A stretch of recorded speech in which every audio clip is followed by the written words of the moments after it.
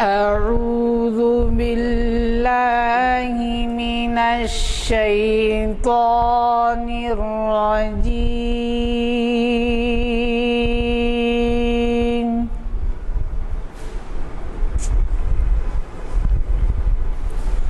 بسم الله الرحمن الرحيم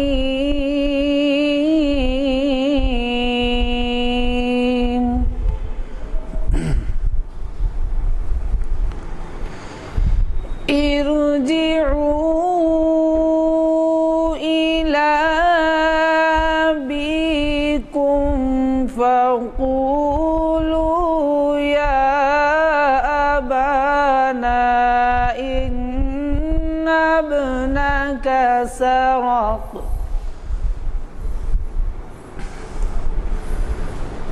وما شهدنا إلا بما علمنا وما كنا للغيب حافظين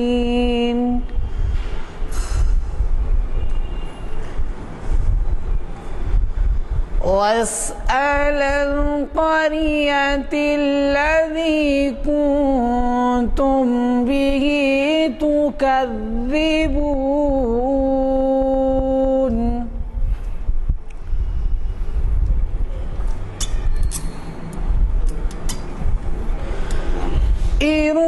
ارجعوا إلى أبيكم فقولوا يا أبانا إن ابنك سرق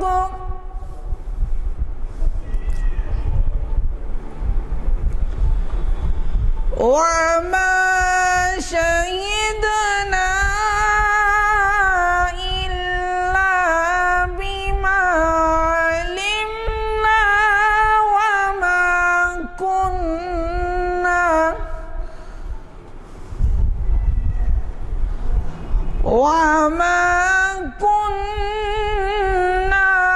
للغيب حافظين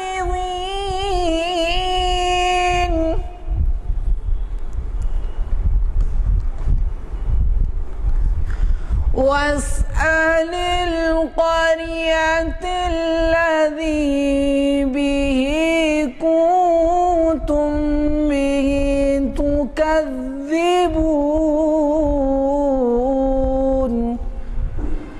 صدق اللہ العظیم۔ ہمارے اعلامیہ نمبر 450 کا چوتھا آئٹم کا دوسرا آئٹم بعنوان عربوں کی نشاط ثانیہ تاریخ اسلام کی روشنی میں۔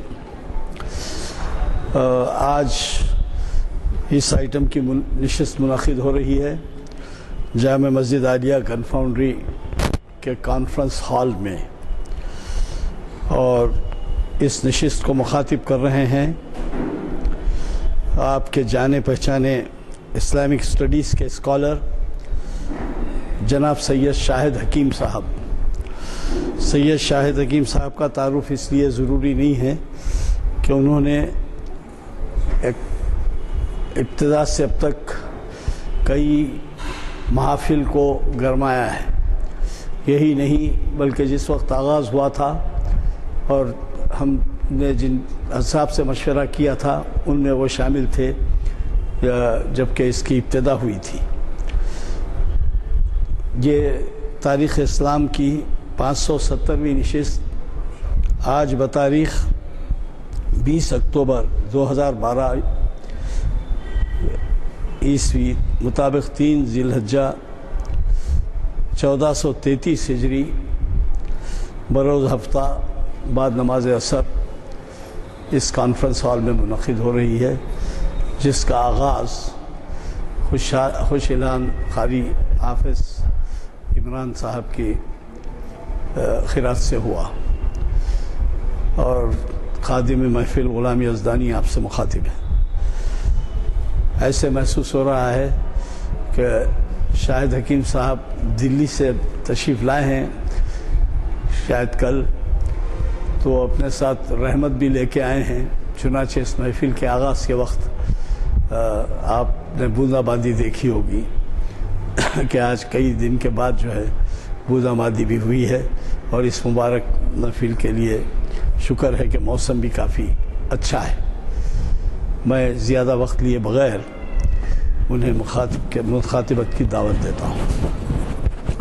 مالک الملک کی تؤتی الملک من تشاء وتنزل الملک من تشاء وتعز من تشاء وتذل من تشاء بیدک الخیر انک علی کل شیء قدیر۔ کہو خدا ملک کے مالک، تو جسے چاہے حکومت دے، جس سے چاہے چھین لے، جسے چاہے عزت بخشے اور جسے چاہے ذلیل کر دے، بھلائی تیرے ہی اختیار میں ہے، بے شک تو ہر چیز پر قادر ہے۔ یہ سورہ آل عمران کی آیت نمبر 26 اور اس کا ترجمہ میں نے آپ کے سامنے پیش کیا۔ میں عام طور پر کوشش بات کی کرتا ہوں کہ ایسے عنوان اور ایسے موضوع چنوں جن کا تعلق حالات حاضرہ سے ہے، یا پھر جو خرابیاں ہم میں پیدا ہو گئیں ان سے تعلق ہے۔ میں یہ نہیں کہتا کہ میں کرامتوں کا منکر ہوں، لیکن میں ایک چیز محسوس کرتا ہوں کہ ان بیانات سے کوئی فائدہ نہیں ہے، کیونکہ نہ بولنے والے صاحب کرامت دکھا سکتے، نہ سننے والے صاحب کرامت دکھا سکتے۔ ٹھیک ہے، میں نہیں کہتا کہ بزرگ دیے ہوں گے، وقت کا تقاضا تھا۔ جیسے موسیٰ کے زمانے میں جادو کا بڑا زور تھا، تو اللہ تعالیٰ نے ان کو ایسے معجزات عطا فرمائے کہ جب سے ہاتھ نکالا چمکنے لگا، عصا ڈالا سام بن گیا، پہاڑ کو پھاڑ ڈالا، سمندر کو چیر ڈالا۔ تو اس وقت کے عیسیٰ کو ایسے معجزے دیے، اس وقت طب کا بڑا زور تھا، ایسے اطباء تھے کہ ایسی بیماریوں کو دور کر دے کہ جو ناممکن بات تھی۔ تو عیسیٰ علیہ السلام کو معجزہ دیا کہ انسان کو زندہ کر دے، کوڑی کو اچھا کر دے جزا میں۔ لیکن حضور صلی اللہ علیہ وسلم کا جب وقت آیا تو یہ معجزے نہیں دیے۔ چنانچہ حضور سے لوگوں نے پوچھا کہ پچھلے انبیاء کو ایسے معجزے دیے، آپ کو کیوں نہیں دیے؟ کہا کہ میرا معجزہ قرآن ہے، اس لیے کہ اللہ تعالیٰ کو معلوم تھا کہ یہ وقت آنے والا سائنس کا دور ہے۔ یہ وقت ایسا ہے کہ عیسیٰ کو اگر وہاں سے بیت المقدس سے یہاں نہ آتا تو پتہ نہیں کتنے سال لگ جاتے، یا موسیٰ ادھر سے آتے مصر سے تو کتنے سال لگ جاتے۔ لیکن آج یہ ہے کہ سرکار دو عالم کا پیام آج فیکس میں ڈالیے کہ 1 منٹ میں امریکہ پہنچ جائے گا۔ تو اللہ تعالیٰ جانتے تھے کہ بھئی یہ علم کا دور ہے، لہذا علم کی جہالت کو علم ہی سے کاٹا جائے۔ بدنصیبی یہ ہے کہ ہمارے اکثر و بیشتر بعض جو سننے کو ملتے ہیں ان میں کرامتوں کی بھرمار ہوتی ہے۔ میں نہیں کہتا کہ نہیں، بلکہ یہ بھی ہے کہ چند کرامتیں تو ایسی ہوتی ہیں جن کو عقل تقسیم نہیں مانتی، اور ساتھ ہی ساتھ ہم رسول اللہ کی زندگی میں ایسی نہیں۔ مثال کے طور پہ اگر ہنومان کو انہوں نے اڑا دیا تو ہم نے بھی کسی کو ہوا میں اڑا دیا۔ اس طرح کی حرکتیں ہم نے، اگر وہ دروپدی کی ساڑی ختم نہیں ہوتی تو ہم نے بھی ایسی دھوتی ایجاد کرتی، وہ ختم نہیں ہوتی، کھینچتے رہتے۔ اس سے کیا فائدہ کسی؟ لہذا میری کوشش رہتی ہے کہ ان موضوعات پہ، اور خاص طور پہ میں آج کل جامعہ ملیہ اسلامیہ میں وائس چانسلر کا ایڈوائزر ہوں، اور میری ڈیلنگ نوجوانوں سے بہت رہتی ہے، اور جو خرابیاں میں مسلمان نوجوانوں میں دیکھ رہا ہوں، میری کوشش رہتی ہے کہ جس حد تک ہو سکے ان خرابیوں کو ان سے دور کروں۔ یہ موضوع آج کا اتنا یہ سمجھیے کہ 35 منٹ میں سمندر کو کوزے میں بند کرنے کے برابر ہے۔ قوموں کے عروج و زوال کی تاریخ، اگر اس پر آپ کوئی کتاب پڑھنا چاہیں تو مولانا علی میاں ندوی کی بہت اچھی کتاب ہے وہ، لیکن میرا یہاں موضوع نہیں ہے، ساتھ ہی ساتھ بولنا پڑے گا، اس لیے کہ اللہ تعالیٰ کسی بھی قوم کو، اس میں کوئی شک نہیں کہ وہ جس کو چاہتا ملک دیتا ہے، جسے چاہتا چھین لیتا ہے، جسے چاہتا عزت دیتا ہے، جسے چاہتا ذلیل کرتا ہے، لیکن ساتھ ہی ساتھ ان قوموں کی بھلائیاں اور برائیاں بھی شامل ہوتی ہیں۔ چنانچہ آپ دیکھیں گے کہ تاریخ انسانی میں جن قوموں نے دنیا پہ حکومت کی، ان میں کچھ نہ کچھ خوبیاں دوسری قوموں سے بہتر تھیں۔ مسلمان ایک ایسی قوم ہے جس نے 1000 سال حکومت کی۔ حضور کے انتقال کے بعد سے 100 سال کے اندر ہم قابض ہونے شروع گئے، تو 17ویں صدی تک ہم اس معروف دنیا پر ہم قابض تھے۔ 1000 سال کسی اور قوم نے نہیں. مسلمان قوم نہیں ہے، مسلمان ایک امت ہے. ہم غلط فہمی میں مبتلا ہوتے ہیں، ہم مسلمانوں کو ایک قوم بنا دیتے ہیں. مسلمان قوم نہیں ہوتی. قوم بنتی ہے کسی ملک کی بنیاد پر، زبان کی بنیاد پر، نسل کی بنیاد پر. امت بنتی ہے عقیدے کی بنیاد پر. چنانچہ ہمارا عقیدہ لا الہ الا اللہ محمد رسول اللہ، خواہ وہ کورین ہو یا امریکن ہو یا ہندوستانی ہو یا انڈونیشیائی ہو، پاکستانی ہو، عرب ہو، ہم سارے کے سارے امت ہے. چنانچہ قرآن کہتا ہے تم سب امت ہو، امت واحدہ. ہر مقام پہ امت سے مخاطب کیا، قوم سے مخاطب نہیں کیا مسلمانوں کو. کہیں آپ قرآن کھول کے دیکھ لیں گے کنتم خیر امۃ اخرجت للناس، تم بہترین امت اٹھائے گے. آج اس وقت اس زمین پر بہترین امت اگر کوئی ہے تو امت مسلمہ ہے. یہ اس وقت نازل ہوئی تھی آیت، واقعتاً ہم بہترین امت تھے. چنانچہ عربوں نے اس پیام کو پکڑ لیا. آج ہم یہ سوچیں گے کہ بھی آخر دنیا کی آج سب سے جابر و ظالم قوم، دنیا کی آج انتہائی بد کردار قوم، دنیا کی آج ایسی قوم جس کے ظلم کی انتہا نہیں، آخر اللہ تعالیٰ اس قوم کو ہم پہ کیوں مسلط کیا ہے؟ میرا اشارہ امریکہ کی طرف ہے. لیکن آپ ٹھنڈے دل سے اگر غور کریں تو ایک طرف ان کا ظلم و جور ہے، ان کا غضب ہے، ان کی ناانصافی ہے، تو دوسری طرف آپ دیکھیں گے کہ انسانیت کی فلاح کا کام بھی جو وہ کر رہے ہیں کیا ہم مسلمان کر رہے ہیں؟ وہ ہر مرض کی دوا ایجاد کرنے کی فکر میں ہیں. یہ جس پہ آپ بات سن رہے ہیں میری، یہ کس کی ایجاد ہے؟ مسلمانوں کی ایجاد تو نہیں ہے. آج ہر ایک کے جیب میں موبائل ہے، وہ اس کی ایجاد ہے، مسلمانوں کی ایجاد تو نہیں ہے. ٹیلی فون ہے، ریل ہے، ہوائی جہاز ہے، یہ کارآمد چیز ہے. ساتھ ہی ساتھ میں کوئی شک نہیں کہ ہتھیار بھی انہوں نے ایسے بنا دی ہے. ڈرون جہاز ہے، بغیر انسان کے اڑتا ہے، اور جو ظلم ہو رہا وہ اپنی جگہ پہ ہے. لیکن ساتھ ہی ساتھ انسانیت کی فلاح کے لیے بھی ان کی جو لوگ پڑھتے ہیں کتابیں، اخبارات کا مطالعہ کرتے ہیں، وہ ہر بیماری کے علاج کو دریافت کرنے کی فکر میں ہیں. انسان کے لیے ہر طرح کی آسائش مہیا کرنے کی فکر میں ہیں. اور ساتھ ہی ساتھ ان کے پاس ڈسپلن ہے، جو ڈسپلن اس قوم میں آج ہماری امت میں نہیں ہے. وہ ڈسپلن اگر میں غلط کر رہا ہوں تو اپنے محلوں میں دیکھ لیجئے. کیا سب سے بڑی مثال ہماری مساجد ہیں. مساجد ہیں ڈسپلن مثال، جہاں اللہ اکبر کے ساتھ آپ امام کے پابند ہو جاتے ہیں. لیکن جب خطبہ ہوتا ہے تو مجھے معاف رکھیں، بڑے بڑے بارش حضرات لات مارتے ہوئے لوگوں کو پہلی صف کے ثواب کی خاطر آگے جاتے ہیں، جبکہ سختی سے منع اور گناہ ہے. کیا یہ ڈسپلن قوم ہے؟ اور جو امت ڈسپلن جس میں نہیں ہوتا، جس میں نبض و ضبط نہیں ہوتا، وہ کبھی دنیا میں اوپر نہیں آ سکتی. اس قوم میں ہے.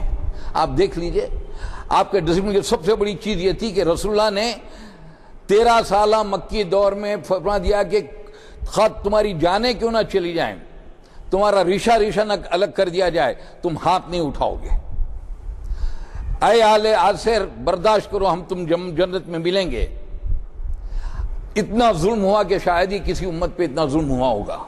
لیکن رسول اللہ کا حکم تھا کہ نہیں، تم اس کا بدلہ نہیں لوگے. چنانچہ 13 سال تک آپ مکی کی تاریخ اٹھا کے دیکھ لیجئے کہ رسول کے حکم کو لوگوں نے سر آنکھوں پہ رکھا. لیکن آج معاملہ اس کے برعکس ہے. لہذا آج امریکہ میں جو ہے ان کی کچھ نہ کچھ خصوصیات ہم سے بہتر ہیں.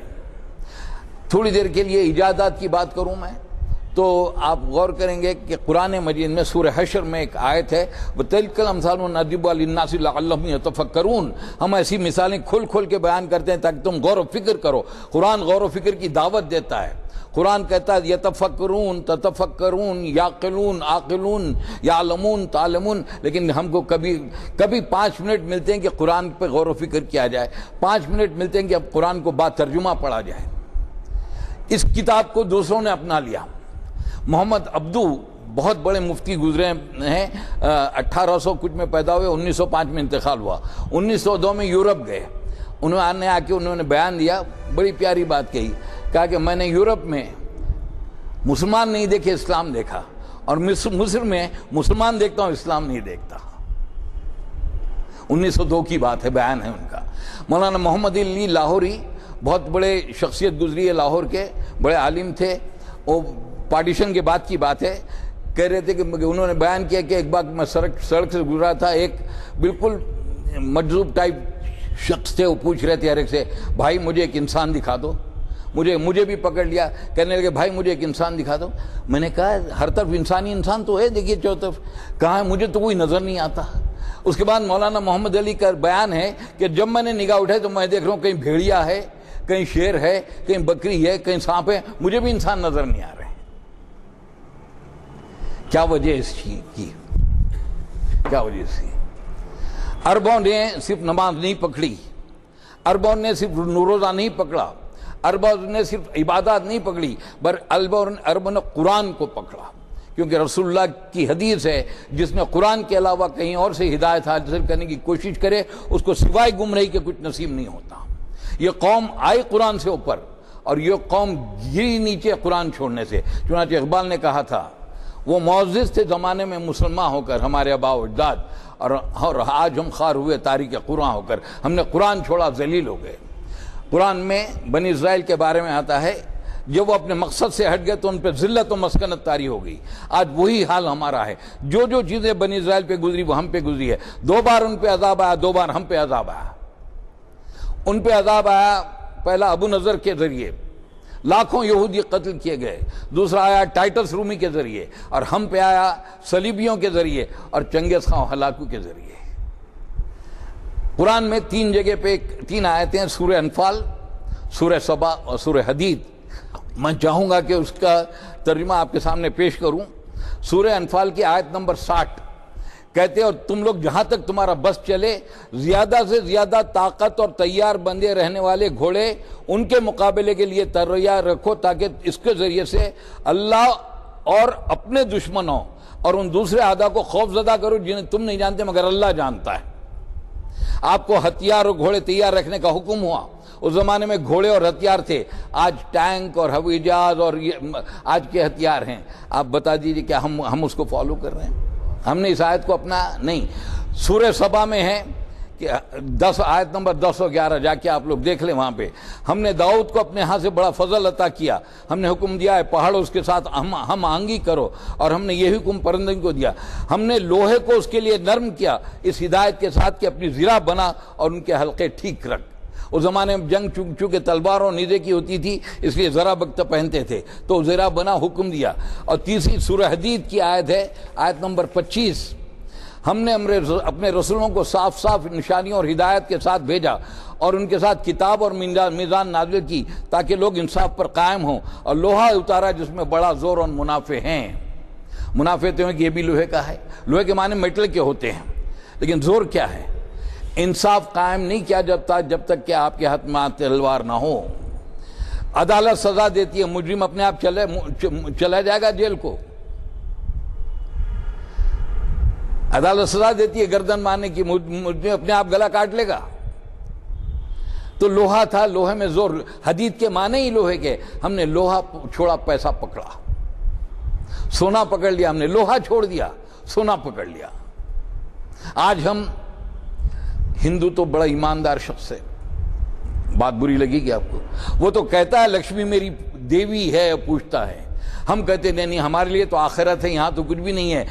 لیکن آج ہر مسلمان ایک دوسرے سے بڑے بڑے بنگلے بنانے میں لگا ہوا ہے، ایک دوسرے بڑھ کر دولت جمع کرنے میں لگا ہوا ہے، ایک دوسرے بڑی کاریں، بہترین کاریں خریدنے میں لگا ہوا ہے۔ ہر ایک کو اگر فکر ہے تو صرف اور صرف دولت کی فکر ہے، کیونکہ ہم نے سمجھ لیا کہ ہماری ساری پریشانیوں کے علاج دولت میں ہیں۔ سر سید جن کا احسان قوم پہ ہے، اس میں کوئی شک نہیں، انہوں نے کہا تھا کہ مسلمانوں کی بدحالی اس لیے ہے کہ مسلمان معاشی طور پر پچھڑے ہوئے ہیں، جو معاشی طور پر اوپر آ جائیں گے تو مسلمان دنیا میں اوپر آ جائیں گے۔ علامہ اقبال کو جب اس بات کی خبر ہوئی تو انہوں نے کہا سبب کچھ اور ہے جس کو کہ تو سمجھتا ہے، آپ بھی سمجھتے ہیں، زوال بندہ مومن کا بے زری سے نہیں، اگر جہاں میں میرا جوہر آشکار ہوا قلندری سے ہوا ہے سکندری سے نہیں، اگر جواہ ہو میرے غیور و فقور قلندری میری کچھ کم سکندری سے نہیں، اگر میرے نوجوان غیرت مند ہیں اور اللہ کے فقیر ہیں، اللہ کے علاوہ کسی کے سامنے نہیں جھکتے تو میری قلندری چنانچہ ہم جانتے ہیں کہ ربیعہ بن عامر جب رستم کے دربار میں پہنچے تو ننگے پیر یا پھٹی ہوئی چپل، گھوڑے کی لگام پکڑے ہوئے اس کے قالین پر نیزہ مارتے ہوئے چلے جا رہے ہیں۔ انہوں نے کہا کہ یہ کیا حال ہے؟ کہا کہ تم نے بلایا، میں نہیں بولے کیا شرائط ہیں؟ کہا گیا تو اسلام قبول کرو یا جزیہ دو یا جنگ کے لیے تیار ہو جاؤ. لیکن آج ان کے جانشین جدہ میں، دبئی میں دنیا کی سب سے اونچی بلڈنگیں بنا رہے ہیں. اسرائیل ایٹم بم پہ ایٹم بم جمع کرتا جا رہا ہے. ایران بنانا چاہتا ہے تو ساری دنیا اس کی مخالف ہے. آپ نے چھوڑا اس چیز کو. آپ نے قرآن کو صرف محدود کر دیا. 700 بار ذکر آیا نماز پڑھنے کا. سود کا ذکر ایک ہی بار آیا تو اس کی اہمیت کم ہو جائے گی؟ روزوں کا کتنے بار آیا؟ 2 جگہ پہ ذکر آیا تو اس کی اہمیت کم ہو جائے گی؟ شراب کی ممانعت ہونے کتنے جگہ ذکر آیا تو آپ شراب حلال ہو جائے گی؟ تو آپ نے کیا کیا؟ بقول اقبال کے مست کر دو ذکر و فکر و صبح گاہی میں سے، پختہ تر کر دو مزاج خانقاہی میں سے. اللہ اللہ کرتے بیٹھاؤ. شیطان بھی تو یہ چاہتا.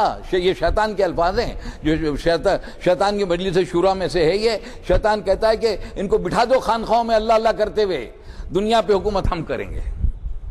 جبکہ آپ کو پیدا کیا حکومت کرنے کے لیے، آپ کو پیدا کیا حاکم بنا کر، آپ کو پیدا کیا خلیفہ، اللہ کا خلیفہ بنا کر. آپ نے اس مقصد کو چھوڑا. آپ کہیں اللہ اللہ میں لگ گئے، بہت نیک ہوئے. نہیں تو میں نے ابھی آپ کے سامنے ایجادات کا ذکر کیا. آپ نے گزشتہ 400 سالوں 500 سال میں کیا ایجاد کیا؟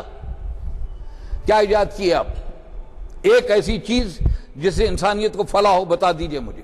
اگر میں غلط ہوں تو کوئی صاحب تقریر کے بعد مجھے قائل کر سکتے ہیں.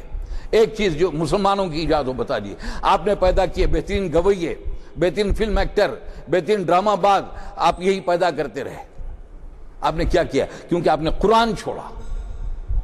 قرآن کہتا تھا ہر جگہ یہ دنیا چند روزہ زینت ہے، یہ دھوکہ ہے، دکھاوا ہے، دولت کے پیچھے مت بھاگو. لیکن ہر ایک آدمی آج یہ کہتا ہے. اور آپ کو بتائے آج تو بت پرست بھی جانتا ہے کہ بتوں میں کوئی جان نہیں ہے، بت کچھ نہیں کر سکتا. وہ کہتا ہم اس کی تھوڑی پوجا کرتے ہیں، ہم سامنے رکھتے ہیں تاکہ دھیان ہمارا ادھر ادھر نہ بٹے. آج کا سب سے بڑا بت مادیت پرستی ہے.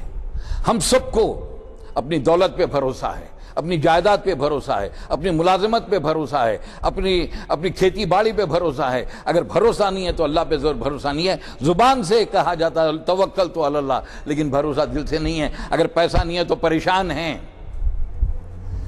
اگر نوکری نہیں ہے تو پریشان ہیں. جس سے مانگنا اس سے تو نہیں مانگتے، چونکہ اس کے سامنے نہیں جھکتے. اللہ ہر جگہ جھکاتا ہے. یہ ایک سجدہ جسے تو گھراں سمجھتا ہے 1000 سجدوں سے دیتا ہے آدمی کو نجات. نماز کا سجدہ نہیں، زندگی کا سجدہ کہ اللہ بس ہم تیرے ہی تابع رہیں گے.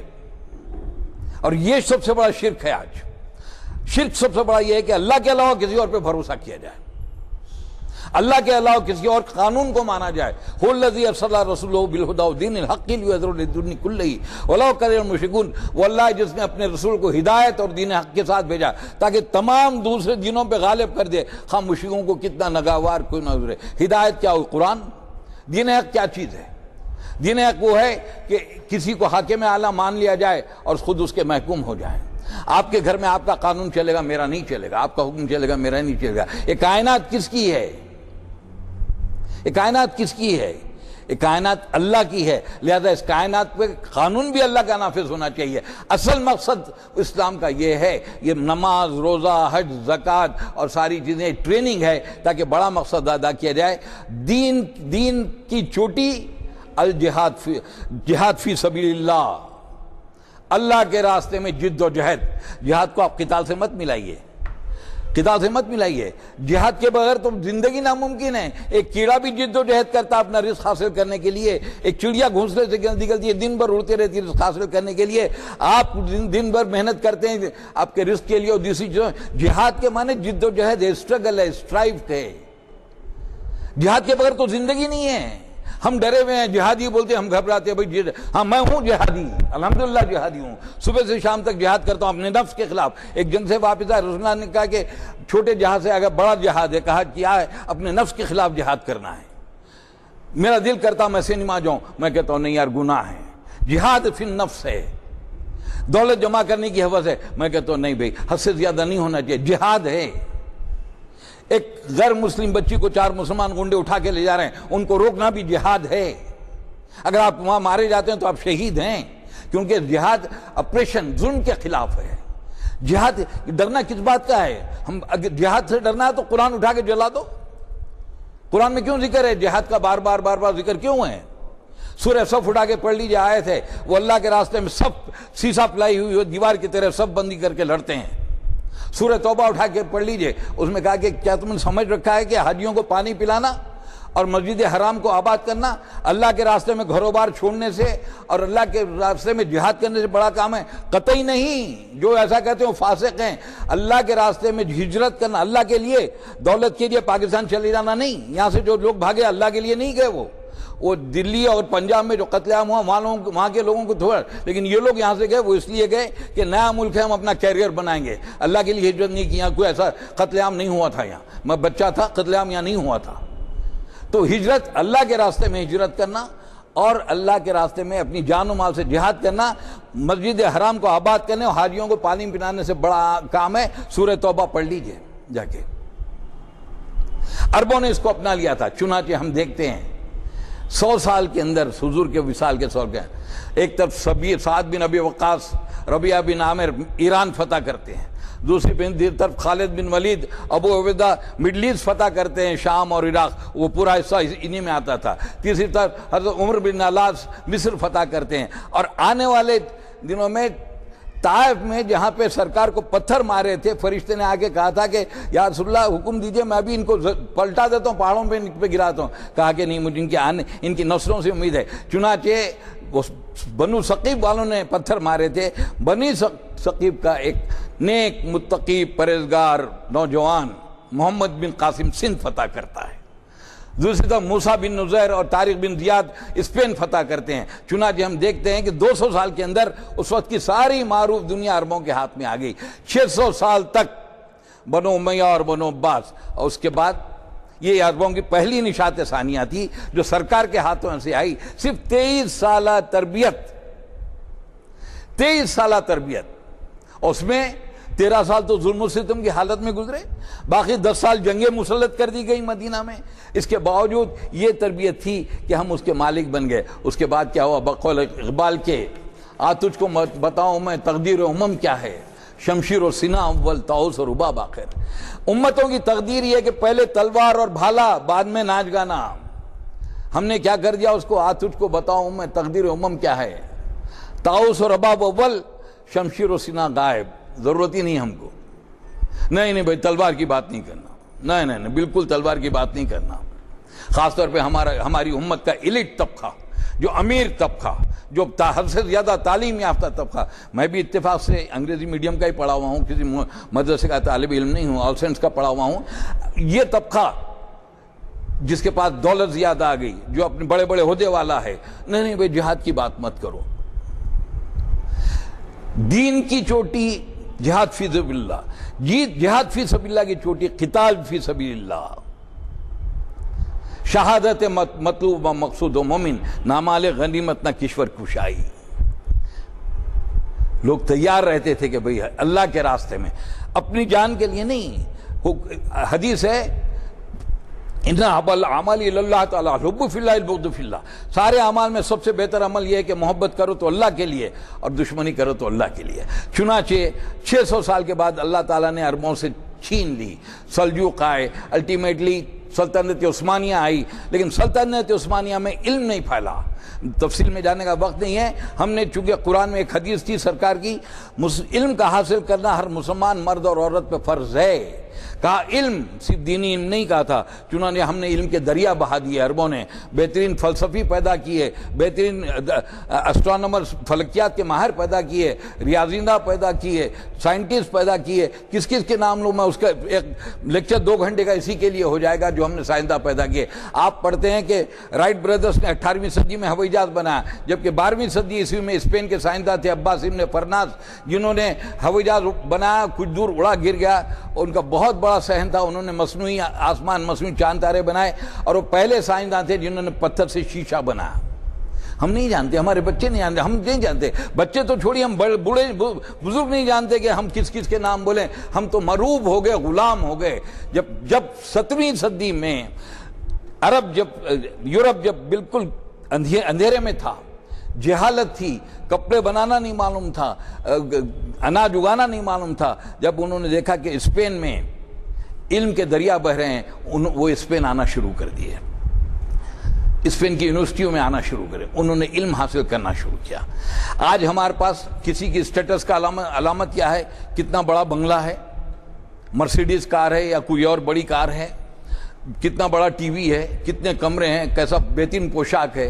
لیکن اسپین میں جب مسلمان حکومت کرتے تھے، ہمارے اسٹیٹس کی علامت یہ تھی کہ کس کے پاس کتنی بڑی لائبریری ہے۔ ایک ان پڑھ شخص بھی بہترین لائبریری رکھتا تھا اپنے گھر میں۔ ہم نے علم چھوڑا، ہم نے لوہا چھوڑا، ہم نے سونے کو پکڑ لیا، آج ہم بھگت رہے ہیں اس کو۔ لیکن پھوکوں سے یہ چراغ بجھایا نہ جائے گا۔ کوشش کر لی، 17ویں صدی میں یورپ ہم پہ قابض ہوتا چلا گیا، سوائے 2-4 ممالک چھوڑ کے سارے مسلم ملک، عرب ممالک یورپ کے قبضے میں آ گئے۔ کہیں اٹلی کا قبضہ تھا، کہیں پرتگال کا تھا، کہیں اسپین کا تھا، کہیں ولندیزی ہالینڈ کا تھا، کہیں انگلینڈ کا تھا، کہیں فرانس کا تھا، اگر سارے مسلمان مملکتیں ان کے۔ تو 300 سال، تقریباً 250-300 سالہ غلامی کا یہ اشر ہوا کہ صاحب بہادر لوگ پیدا ہوئے، خوشہ نشین آج بھی ہیں۔ حکومت ہند میں بڑے صاحب بہادر لوگ ہیں جو جہاد کے خلاف بکتے ہیں، ان میں صاحب بہادر ایسے بھی ہیں، مملکت ہیں، کشمیر کو بلانگ کرتے، وزیر ہیں کشمیر کو بلانگ کرتے ہیں، کہتے ہیں کہ کشمیر میں شراب کی دکانیں کھولنی چاہیے تاکہ انکم زیادہ ہوگی۔ کیا کوئی مسلمان شراب کی دکان کھولنے کی بات کر سکتا ہے؟ ایک مسلمان شرابی تو ہو سکتا ہے لیکن شراب کی دکان نہیں کھولے گا۔ اس بولنے والے پہ میں نے کسی بڑے مفکر کا، کسی بڑے مولوی کا بیان نہیں پڑھا اس کے خلاف۔ میں پوری جامعہ میں بولتا رہا کہ مسلمان نہیں ہے، منافق ہے۔ پھر نفاق کیا ہے؟ آپ حج کرتے ہیں، آپ اپنی بیٹیاں غیروں کو دیتے ہیں، آپ حج کرتے ہیں، اپنے داماد غیر لے کے آتے ہیں، غیر مسلم، جبکہ قرآن میں کھلا لکھا ہوا ہے کہ ایک مومن لونڈی مشرک شریف زادی سے بہتر ہے، خاتم کو کتنا ہی پسند نہ کیوں نہ ہو، ایک مومن غلام مشرک شریف زادہ سے بہتر کتنا، لیکن آپ کرتے ہیں، اور ایک طرف نماز بھی ہے، روزہ بھی ہے۔ تو نفاق کیا ہے پھر؟ اسی کا نام تو نفاق ہے۔ آپ کا ایلیٹ طبقہ اکثر و بیشتر نفاق میں مبتلا ہے۔ چنانچہ میں نے کہا کہ لیکن ان حالات میں عرب خاموش نہیں بیٹھے تھے۔ لیبیا میں سنوسی تحریک شروع ہوئی، مصر میں اخوان المسلمین کی تحریک شروع ہوئی، الجیریا میں اسلامک سیلویشن فرنٹ کی تحریک ہوئی، فلسطین میں حماس کھڑے ہو گئے، انہوں نے قربانیاں دیں۔ لیکن مغرب کے جو غلام تھے اتنا ظلم کیا، آپ خود پڑھ چکے ہیں کیونکہ وقت بہت کم ہے، تفصیل میں نہیں جا سکتا میں۔ مصر میں ناصر نے کیا کیا آپ کو پتہ ہے؟ کتنے اخوان کے لوگوں کو پھانسی چڑھا دیا، سید قطب کو پھانسی چڑھا دیا، شاہ فاروق نے اخوان المسلمین کے بانی حسن البنا کو شوٹ کروا دیا۔ زینب الغزالی، اگر آپ کتاب پڑھنا چاہیں تو کتاب پڑھیں، اردو نا طبقہ زندہ کے شب و روز، زندہ کے شب و روز، زینب الغزالی کی لکھی ہوئی کتاب ہے۔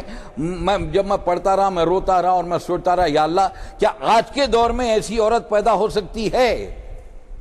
تو حضور نے فرمایا تھا ایک دور ایسا آئے گا جب اس وقت نیک لوگ تمہارے برابر ہوں گے، یعنی صحابہ کے برابر میں۔ تو صحابہ کا درجہ تو کوئی پا نہیں سکتا لیکن تقریباً اس تک پہنچے۔ تو اس عورت کو کتے چھوڑے ناصر نے، اس پہ برف کی سل پہ لٹایا، کوڑے مارے، الٹا ٹاک دیا، کہا کہ کام چھوڑو۔ یہاں تک کہ بڑی قابل عورت تھی، کہا کہ ہم تم کو منسٹری دیتے ہیں، بڑا عہدہ دیتے ہیں۔ انہوں نے کہا کہ نہیں، میں اسلام کا کام نہیں چھوڑوں گی۔ اب 2-3 سال پہلے ان کا انتقال ہوا۔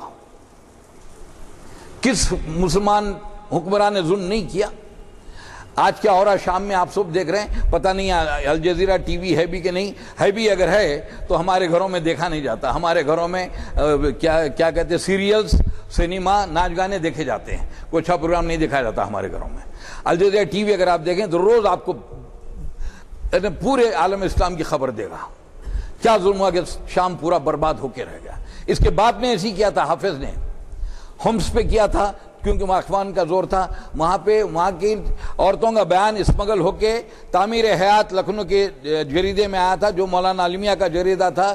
ان عورتوں نے کہا تھا کہ ہماری مسلمان بھائیوں سے گلتے جا ہے کہ ہم کو چھڑائے نہیں ان کی قید سے، قلعے کی دیواریں ہم پہ ڈھا دیں، اس لیے کہ حافظ اسد کے فوجی کتے دن میں کئی بار ہم سے زنا کر کے جاتے ہیں۔ آج اس کا بیٹا اس سے بڑا ظالم۔ لیبیا میں قذافی اسرائیل کے خلاف بولتے رہے لیکن جتنی جنگیں اسرائیل کے خلاف ایک سپاہی قذافی نے نہیں بھیجا، اور اپنے لیے کیا تھا، بہترین گانے والیاں، ناچنے والیاں ہمیشہ ساتھ رہتی تھی۔ حسنی مبارک $2000 بلین ان کا اثاثہ تھا. پاکستان کا کیا حال ہے؟ میری بات تو اس وقت اربوں تک محدود ہے. ہر حکمراں ہمارا یہی کیا، اور آج بھی جو حکمراں ان کی ساری دولت امریکہ کے بینکوں میں ہے، سوئٹزرلینڈ کے بینکوں میں ہے، ہمارا پیسہ غوروں کے پاس ہے. لیکن الحمدللہ لگے رہے اخوان والے، انہوں نے بھی ہاتھ نہیں اٹھایا، کوئی بم نہیں پھینکا. 70-80 سال ناصر اور وہاں کے فوجیوں کا ظلم سہتے رہے، لیکن اللہ تعالیٰ نے کیا کیا؟ ایک سبزی فروش نے جب خودکشی کی تو انقلاب آیا سب سے پہلا ٹونس میں. یہاں پہ حبیب بورقیبہ ایک وقت صدر تھا، اور حبیب بورقیبہ نے رمضان میں روزے رکھنا منع کر دیا تھا، جس طرح اتاترک نے حج کو جانا منع کر دیا تھا ترکی میں، عورتوں کا نقاب کھینچ کے پھینک دیا تھا، رومی ٹوپی اتار دی تھی، اور 13 سال مسجدوں میں عربی میں اذان نہیں ہونے دی تھی اس نے ترکی میں. لیکن الحمدللہ آج ترکی میں اسلام پسند حکومت ہے. ٹونس سے شروع ہوئی اسلام پسند حکومت. اخوان المسلمین میں محمد مرسی ہوئے. محمد مرسی سعودی عرب جا رہے تھے کانفرنس میں، ان کی بیوی اور بیٹا بھی حج کو جانا چاہتے تھے. کہا کہ نہیں، یہ ٹکٹ لو، تم دوسرے ہوائی جہاز سعودی ایئر لائن میں آئیں گے، سرکاری جہاز میں تم میرے ساتھ نہیں جاؤ گے. ابھی بھی وہ فلیٹ میں رہتے ہیں، ڈھونڈ رہے ہیں کہ بڑا فلیٹ ملے، کیونکہ اب لوگ زیادہ ملنے آتے ہیں. لیکن کب تک رہنے دیں گے واللہ عالم. ایک انٹرنیشنل سازش ہے. یہ نشاط ثانیہ عربوں کی دوسری جو ہو رہی ہے، ایک آ رہی ہے، کیونکہ اسی کے لیے اقبال نے کہا تھا نہیں نا امید اقبال اپنی کشت ویراں سے، ذرا نم ہو تو مٹی بڑے زرخیز ہے ساقی، بڑی زرخیز ہے ساقی. اس میں کوئی شک نہیں. حالانکہ حالات ایسے ہیں کہ ہم کو مایوس کر دیتے ہیں، لیکن قرآن کہتا ہے لا تقنطوا من رحمت اللہ، اللہ کی رحمت سے مایوس مت ہو. چنانچہ اللہ تعالیٰ دکھا رہے ہیں ہم کو، فکر مت کرو، وَلَا تَهِنُوا وَلَا تَحْزَنُوا وَأَنْتُمُ الْأَعْلَوْنَ إِن كُنتُم مُؤْمِنِينَ. رنجیدہ مت ہو، غم مت کرو، آخر کار تم ہی کامیاب ہو اگر مومن ہو. مومن و مسلم میں فرق ہے. مسلمان وہ ہے جو کلمہ طیبہ کو مان لے، نماز پڑھے، زکوٰۃ دے، روزہ کرے، پیسہ ہو تو حج کرے. مومن نہیں ہے. مومن ہو تو جا کے سورہ حجرات پڑھے، اس میں ہے اے رسول یہ بدو کہتے ہیں مومن ہو گئے. کہو تم مومن نہیں ہوئے، تم مطیع ہو گئے، تم نے اطاعت قبول کر لی. مومن وہ ہے کہ 5 چیزوں کے بعد یقین محکم، اس پہ کوئی شک کی گنجائش نہیں. کلمہ طیبہ پہ، نماز پہ، روزے پہ، حج پہ، زکوٰۃ پہ کوئی نہیں، اور جہاد فی سبیل اللہ. یہ 7 چیزیں ہوں گی تو مومن بنتا، ورنہ مومن نہیں بنتا مسلمان. ہم سب مسلمان مومن نہیں ہیں. جب تک جہاد فی سبیل اللہ نہ ہو آپ کا سیلویشن ممکن نہیں ہے. اللہ کے راستے میں جد و جہد نہ ہو تو آپ کی بخشش ممکن نہیں ہے. یہ دین کا سب سے بڑا، دین کی چوٹی ہے. یہ میں نے کہا ابھی کہ دین کیا ہے. ایک حاکم اعلیٰ علیہ اللہ احکم الحاکمین، سورہ بطین کی آخری آیت ہے. کیا وہ حاکموں سے بڑا حاکم نہیں ہے؟ وہ حاکم جب ہے تو ہمارا کام ہے اس کا حکم مانا جائے، کسی پارلیمنٹ کا حکم نہیں، منموہن سنگھ کا حکم نہیں، امریکہ صاحب بہادر کا حکم نہیں، خواہ اس میں گردن ہی کیوں نہ کٹ جائے. جو حق کی خاطر کٹا دے گردن وہی ہے مومن، وہی ہے مسلم. جو بات کرتا ہے مصلحت کی معین سمجھو وہی ہے کافر. خوش مندوں نے کہا ہر بزدل کو مصلحت، جانب میں مقتل گئے تو صرف دیوانے گئے. الحمدللہ رسول اللہ کے دیوانے، رسول کے دیوانے لگے ہیں. اور انشاءاللہ آپ بھی دعا فرمائیں، ہم بھی دعا کریں گے، کوشش کہ اللہ پاک ان عربوں کو جو اسلام پسند ہیں ان کو کامیابی کر کہ اسلامی. آج آخر عراق پہ حملہ کیوں ہوا آج تک پتہ لگا؟ آج تک پتہ لگا کیوں ہوا؟ افغانستان پہ حملہ کیوں؟ آج تک پتہ لگا کہ وہ ٹریڈ سینٹر پہ حملہ کس نے کیا؟ اسامہ کا نام لیتے، لیکن آج تک کوئی تحقیق برابر ثابت نہیں کر سکے. اس لیے کہ اگر افغانستان میں طالبان کی حکومت جم جاتی تو دنیا میں ایک اسلامی حکومت کا نمہ نہ آتا، تو امریکہ کے صاحب بہادر کا محل وائٹ ہاؤس نہیں ہوتا، ہمارے بادشاہوں کے بڑے بڑے محل نہیں ہوتے. آپ کو عام انسانوں کی طرح گزارا کرنا پڑتا جیسے ملا عمر کر رہے تھے. ڈاکٹر اسرار احمد صاحب جب وہاں گئے، انہوں نے پوچھا بھائی تمہارے بینک کہاں ہیں؟ کہاں بینک، پیسہ کہاں ہے جو بینک میں رکھا جائے؟ ان کے زمانے میں کسی بچی کا ریپ نہیں ہوتا تھا، کوئی ڈکیتی نہیں ہوتی تھی، یہ کیا کہتے ہیں آپ کے خشخش کی فصل نہیں ہوتی تھی، کیوں اس سے ہیروئن بنتی ہے، سب بند ہو گیا تھا. لیکن دنیا کو منظور نہیں تھا. اور آج اگر اسلام کا سب سے بڑا دشمن اگر کوئی ہے تو اسرائیل نہیں ہے، امریکہ نہیں ہے، مسلمان حکمراں ہیں۔ وہ نہیں چاہتے کہ اسلام آئے۔ اسلام آئے گا تو ان کے ہزاروں کی سیکیورٹی نہیں ہوگی، عمر کی طرح جانا پڑے گا ایک غلام کو ساتھ لے کے۔ سیکیورٹی کی ضرورت کیا ہے؟ اگر آپ عوام کے لیڈر ہیں تو مارتا گولی مار لیں۔ اگر آپ میں اتنی ہمت نہیں ہے تو مت بنیے لیڈر، آپ مت آئیے اس میدان میں۔ مرنا تو ہے، کوئی موت سے کسی کو رستگاری ہے؟ کوئی بچہ رہ سکتا موت سے؟ اور جب آنا اس سے پہلے نہیں آتی ہے۔ غالب نے کہا موت کا ایک دن معین ہے، نیند کیوں رات بھر نہیں آتی؟ وقت سے پہلے نہیں آتی، وقت آئے تو رکتی نہیں کسی کی بھی موت، تو ڈر کس بات کا ہے؟ الحمدللہ ثم الحمدللہ کہ آج عربوں کو پھر وہ چیز آ گئی۔ کیوں؟ کہ آج اخوان المسلمین قرآن کی وجہ سے آگے آئے ہیں۔ آج اسلامک سیلف فرنٹ ابھی الجیریا میں آیا نہیں، انقلاب انشاءاللہ آئے گا۔ جب انہوں نے الیکشن جیتا، ہمارے لیے تو ہے کہ ہم الیکشن جیت کے بھی نہیں آ سکتے اوپر۔ کشمیر میں کیا ہوا؟ کشمیر میں ہنگامہ کیوں ہوا؟ صلاح الدین نے ایک مسلم متحدہ محاذ بنایا تھا اور وہ الیکشن جیتنے کو تھے۔ راجیو گاندھی نے اور فاروق عبداللہ مل کے الیکشن ریگنگ کی، اس کو نہیں جیتنے دیے، وہ چلے گئے پاکستان۔ وہاں سے ہلہ شروع ہوا 84 سے۔ اگر الیکشن جیتنے دیتے آپ تو، لیکن ایسا ہے کہ مسلمان الیکشن جیت کے بھی نہیں اسلام کو نہیں لے آنا۔ آج اب اڈوانی کو بولیں گے کہ بھئی ہماری مسجدیں کم پڑیں گے، 10,000 مسجدیں منا دے گا، لیکن اللہ کو بولیں گے کہ قرآن و حدیث کا حکم نافذ کرو، وہیں اسٹرگل شروع ہوئے گا، جنگ شروع ہو جائے گی۔ اور یہی جنگ ہے آج ساری جنگ، وہ امریکہ، یورپ، اسرائیل اور ساتھ ہی ساتھ ہمارا سنگ پریوار یا ایون ہمارے حکمراں۔ اندرا گاندھی تک ہم اسرائیل کے گود میں نہیں بیٹھے تھے، آج آپ کو پتہ نہیں ہے۔ اسرائیل کے صلاح کار کشمیر بھی ہیں بھی ہے، ہندوستان میں بھی ہیں۔ ایسی آج 2 دن پہلے یہ نتن گڈکری کا بیان آیا کہ دیکھو بھائی اسرائیل نے اپنے دشمنوں کو کیسے کی ہے، اس نے اپنے سرحدی کی ناکہ بندی کر دی، ہم کو بھی ایسی کرنا چاہیے۔ نتن گڈکری اسرائیل جا کے آیا اور ہمارا کسی لیڈر نے اس کے بارے میں ایک لفظ نہیں کہا، ایک لفظ نہیں کہا۔ اقبال نے بڑی پیاری باتیں کہی تھی صاحب کہ سنانے کا وقت نہیں، لیکن میں چاہوں گا کہ کچھ تو سنا دوں۔ دشت و درد سے دریا بھی نہ چھوڑے ہم نے، بحر ظلمات میں دوڑا دیے گھوڑے ہم نے، مٹایا قیصر و کسریٰ کے استبداد کو جس نے، وہ کیا تھا؟ زور حیدر، فقر بوذر، صدق سلمانی۔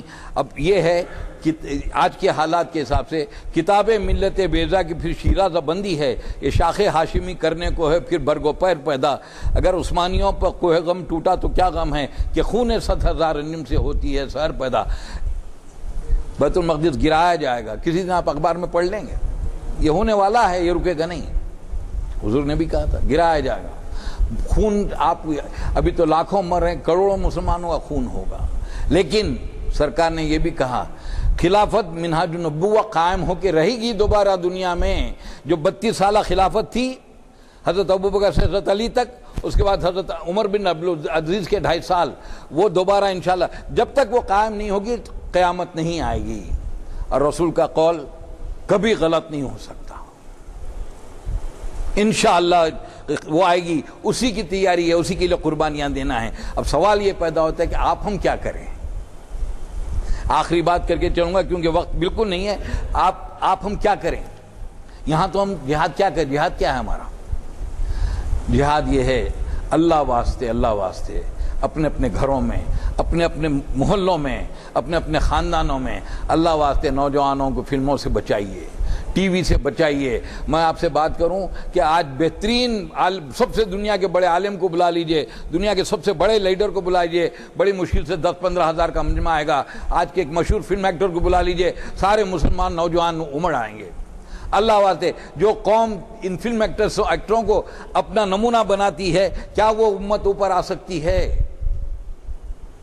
آپ اپنے اخلاق، اپنے کردار، آپ دیکھیے ہم ایک دائی قوم ہے، ہمارا کام دعوت دینا ہے۔ اگر آپ مجھے اپنے گھر پہ دعوت دیں گے اور گالی دے کے دعوت دیں گے تو میں آؤں گا؟ یہ کافر ہے، اس کی ماں کی، اس طرح کوئی آئے گا آپ کے نزدیک؟ آپ دائی قوم ہیں، ظلم کو بھی برداشت کرنا پڑے گا۔ آپ کو اپنے اخلاق، رسول نے کہا کہ تم میں بہتر سب سے بہتر اور اس کے اخلاق سب سے اچھے ہیں. تم میں سب سے بہتر وہ ہے جو دوسروں کے لیے کار فائدہ مند ہو. تم میں سب سے بہتر وہ ہے جو ایک ظالم حکمراں کے سامنے حق بات کہے. کتنی حدیثیں اس معاملے ہیں، لیکن ہمارے پاس کیا حدیثیں ہیں صاحب؟ میٹھا کھانا سنت ہے، مسواک کرنا سنت ہے، عطر لگانا سنت ہے، سرما لگانا. میں نہیں کہتا نہیں ہے. اور ہمارے پاس کیا بیان ہوتا؟ امام ابو حنیفہ 40 سال عشاء کی نماز سے صبح کی فجر کی عشاء کے وضو سے فجر کی نماز پڑھے. رسول اللہ نے نہیں کیا. یہ ان چیزوں سے فائدہ کیا ہے؟ آج روکیے نوجوانوں کو، نسل بھٹک رہی ہے. میں دیکھ رہا ہوں دلی میں، آپ یقین جانیے، اللہ کا احسان ہے، اللہ کا احسان ہے. میں نے بچیوں سے جین اور وہ ٹی شرٹ چھڑوا کے شلوار اور قمیص پہ لایا. جو بچیاں شلوار قمیص تھے، میں کوشش کرتا ہوں کہ ان کے کم از کم حجاب آ جائے. نوجوانوں کو کوشش کرتا ہوں، میرے سے جو بھی آتے ہیں نزدیک، اس بات میں کہ کیونکہ آج لڑائی ہماری نہ بال ٹھاکرے سے ہے نہ امریکہ سے. یہ تو بات کی لڑائی ہے. پہلی لڑائی آپ کے اندر بیٹھے ہو منافقوں سے ہے، منافقوں سے ہے. ان سے لڑنا ہے. اس کے لیے نسل تیار کیجئے. ہمارا وقت تو گزر گیا، لیکن کم از کم یہ بات تو کر سکتے کہ ہم نوجوان ایسے تیار کریں. اپنے محلوں میں بیٹھیے، نوجوانوں کو بلائیے، ان کو دھتکاریے مت. ان کو بلائیے، ان کو سمجھائیے بابا یہ غلط ہے، یہ غلام قوم کی نشانی ہے. یہ تمہاری جو کپڑے اتارتے وہ ہمارے لیے نمونہ بن سکتے ہیں. ایک زمانہ تھا ہمارے بڑے کہتے تھے ابو بکر بنو، عمر، عثمان، علی بنو، خالد بن ولید بنو، ابو عبیدہ بنو. پھر آیا کہ محمد علی جوہر، محمد شوکت علی بنو. پھر آیا کہ اقبال بنو، جناح بنو، یا ابراہم لنکن کو. لیکن آج کیا ہے؟ آج ہم ہمارے گھروں میں دیکھتے ہیں بیٹا شاہ رخ خان کیسے ہنستا سناتے ہو بیٹا سب کو. آج یہ ہم تعلیم دے رہے ہیں. اللہ واسطے اس کو کیجئے. اور ایک التجا آپ سے ہے، میں التجا کر رہا ہوں، اپنے لیے زندہ مت رہیے، اپنے لیے دعا مت کیجئے. آج سارا عالم اسلام مصیبت میں مبتلا ہے. سارے عالم اسلام کے لیے دعا کیجئے، رو رو کے دعا کیجئے، جانمازوں کو بھگو دیجئے. بہت برا وقت ہے امت مسلمہ پہ بھی. جو اس کو جانتے ہیں، جو دیکھتے ہیں دن رات، وہ چین سے نہیں بیٹھ سکتے. چین سے بیٹھنے والے مسلمان نہیں ہو سکتے. جس کے دل میں، حضور کی حدیث ہے، جس کے دل میں امت کا درد نہیں ہے وہ مسلمان نہیں ہے. ہم کچھ نہیں کرتے، دعا تو کر سکتے اللہ تعالیٰ سے کہ اللہ شام کے مومن و مسلموں کو اس ظالم سے نجات دلا، یا اللہ فلسطین کے مومن و مسلموں کو اسرائیل سے نجات دلا. ہر جگہ کے جہاں جہاں ظلم ہو رہا مسلمان کو، ان کو اس ظلم سے نجات. یہ تو دعا کر سکتے. یا اللہ اسلام کی سربلندی کے لیے دعا کر سکتے ہیں، مسلمانوں کے نیک بننے کے لیے دعا نہیں کر سکتے. ہم صرف اپنے لیے دعائیں کرتے رہیں گے. بس میں ختم کرتا ہوں. آخری یہ ہے تو فارسی میں بھی زیادہ نہیں جانتا کہ اسی چیز میں طلوع اسلام، اگر اقبال کا کلام ہے پلیز جا کے پڑھیے، آج کے حالات سے بڑی مطابقت رکھتی ہے. بیا ساقی نوائے مرغزار شاخسار آمد، بہار آمد، نگار آمد، نگار آمد، قرار آمد، سرے خاک شہید برگ ہائے لالمی پاشم کہ خونش با نہال ملت ما سازگار آمد. آج کے حالات پہ ہے. اور ایک آخری چیز سنا دوں. علامہ اقبال نے کہا کہ مومن کی نشانی کیا ہے؟ نشانے مرد مومن باتو گویم. آؤ تم کو مومن کی نشانی بتاتا ہوں. چمرگ آئے تبسم بر لبے اوست. جب موت آتی ہے تو اس کے ہونٹوں پہ مسکراہٹ ہوتی ہے، ماتم نہیں کرتا. اب آپ دعا میرے لیے فرمائیں کہ اللہ تعالیٰ مجھ کو جو میں بات کر رہا ہوں خود عمل کرنے کی توفیق عطا فرمائیں، اور جو میں بات کر رہا ہوں اس قبول کر لے. جو قرآن و حدیث سے مطابق ہے آپ کے دلوں میں بھر دے، جو سے غلط ہے آپ کے ذہن میں جانے نہ دے. اور اس کے اگر میں غلط کہے گا تو اللہ مجھے معاف کر دے. ربنا تقبل منا انک السلام علیکم. حضرات، میں نے ہمیشہ سے ہی کہا ہے کہ عنوان مقرر کو چھوڑ دیتے ہیں. ہمارے مقررین ہمیشہ پس منظر کا خیال کرتے ہوئے عنوان دیتے ہیں. آپ کو اندازہ ہے کہ آج کا عنوان کس قدر اہم تھا اور اس پر کتنی گہرائی میں مقرر صاحب نے روشنی ڈالی. اقبال کے اشعار انہوں نے سنائے. مومن کے بارے میں انہوں نے کہا، اقبال کا ایک شعر ہے، کافر ہو تو شمشیر پہ کرتا ہے بھروسہ، مومن ہو تو بے تیغ کے لڑتا ہے سپاہی. اب آپ نے جو کہا کہ ہتھیار سب باہر ہیں، اب آپ بے تیغ اگر ہیں بھی تو اس قرآن سب سے بڑا آپ کے پاس ہتھیار ہے جو آپ غیر کے سامنے اس کے عقائد سے پیچھا چھڑانے کے لیے آپ کر سکتے ہیں. میں آپ کی توجہ پیر کے دن کے خطاب کی طرف بھی کروانا چاہتا ہوں،